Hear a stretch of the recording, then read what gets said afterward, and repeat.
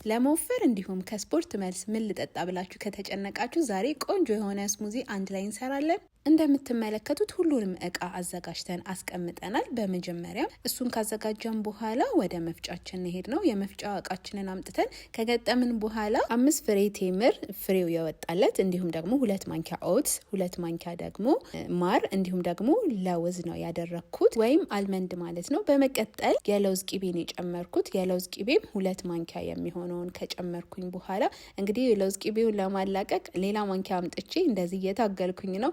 ግን የለውዝ ቂቤው በጣም የሆነ ቴክስቸሩ በጣም ቆንጆ ስለሆነ ስሙዝ የሚለውን ስለገዛው ማለት ነው ገራሚ የሆነ ቴክስቸር ነው ያለው። ከዛ እሱን በመቀጠል አደረኩኝና የጥቁር አዝሙድ ዘይት ነው ያደረኩት። የጥቁር አዝሙድ ዘይት እንግዲህ ጋይስ እንደምታውቁት ከሞት ውጪ በጣም መድኃኒት ነው ስለሚባል እሱን ጨመርኩኝ። በመቀጠልም ወደ ወተቱን የሄድኩት። ወተት 2 ኩባያ ከግማሽ የሚሆነውን ወተት ከጨመርኩኝና ካደረኩኝ በኋላ ድፍኑን ጥቁር አዝሙድ ነው። እቺ ልጅ ምንድነው ከጥቁር አዝሙድ ጋር ያላት ነገር እንዳትሉኝ ጋይስ፣ በጣም ቆንጆና አሪፍ የሆነ ለጤና ቆንጆ ነው ስለሚባል ነው።